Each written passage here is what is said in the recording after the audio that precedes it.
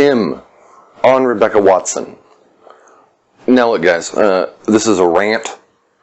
It's early in the morning for me. I got like a whole lot of things I got to do today. This is very important. So, on Rebecca Watson, real quick. I'm going to try to make it quick. Look guys, this woman's return to YouTube is almost ironically proof of a god.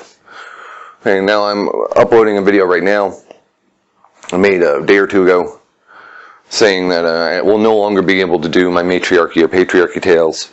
That I'm experiencing what I'm terming as MGTOW blowback.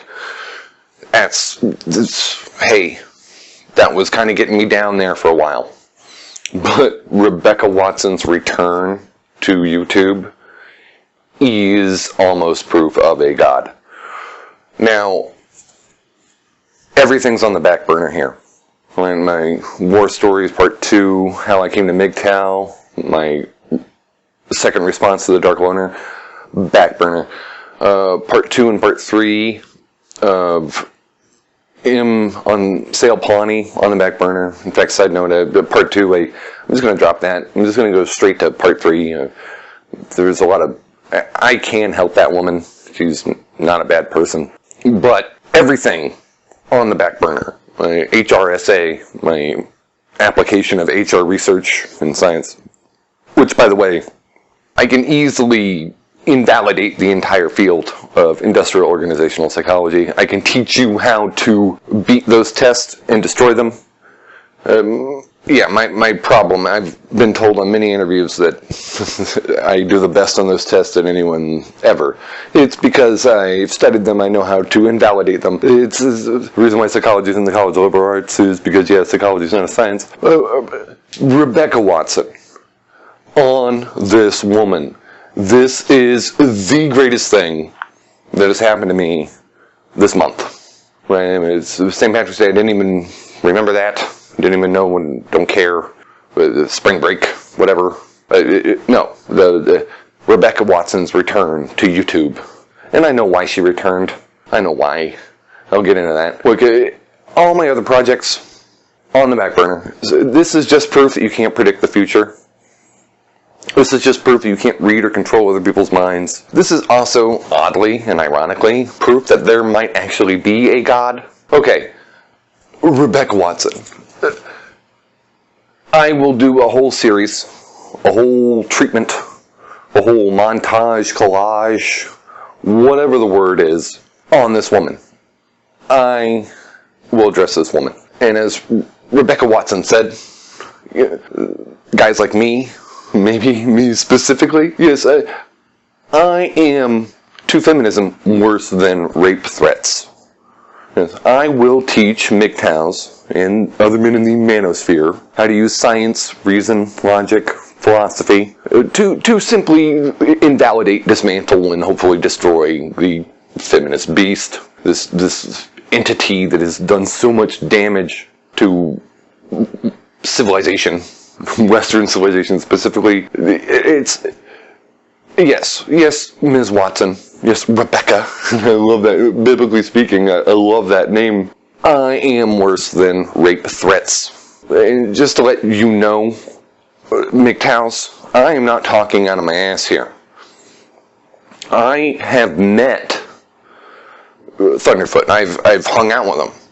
I've talked to him. I've had drinks with him. I've met Aaron Raw. I've talked to him. I had drinks with him. I hung out with Jerry DeWitt. I know Matt Dillahunty. I used to be, active. I used to be very involved in the atheist community. I've had drinks with Richard Dawkins. I know Thunderfoot. I know him. And we don't talk anymore because we're not in the same field. We don't have any reason. But I know he's a cool guy. Yeah, I don't understand why Rebecca Watson has such a problem with him. I don't understand why anyone has a problem with him. I understand why Aaron Raw is doing what he's doing, saying what he's saying. He's got a wife or girlfriend or something. There's a woman attached to him at all times. And Matt Dillahunty, I understand why he's saying what he's doing. But Thunderfoot is really cool. He's totally awesome.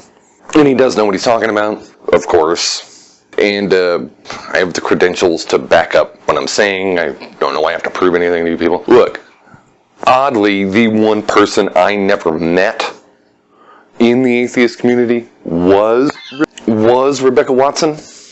And I guarantee you, if Rebeca Watson would have been at the International Atheist Convention in Houston a few years ago, I would have definitely met her in the bar. And being deep in my blue pill days, apparently I wasn't studying game back then. I will say I was studying just psychology and cognitive behavioral stuff.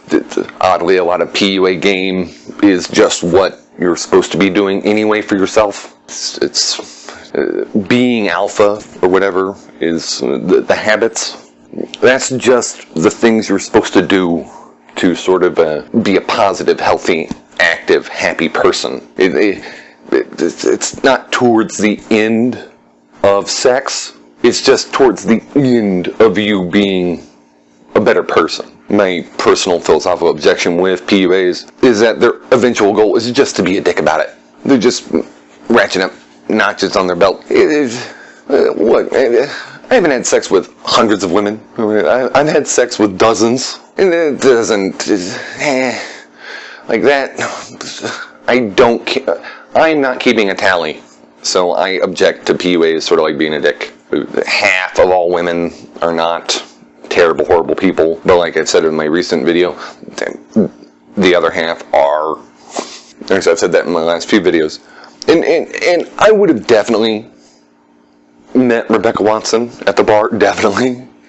And I would have definitely gravitated towards her, definitely. She's sort of kind of the kind of girl I used to go for. And I definitely would have, at that atheist convention, Friday, Saturday, Sunday night, I had 3 separate women go back to my hotel room every night. Well, not one every night for 3 nights. And so, me and Rebecca would have definitely gotten along.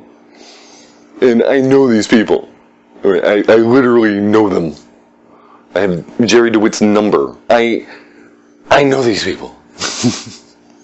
And I've hung out with Thunderfoot. Thunderfoot's not a bad guy.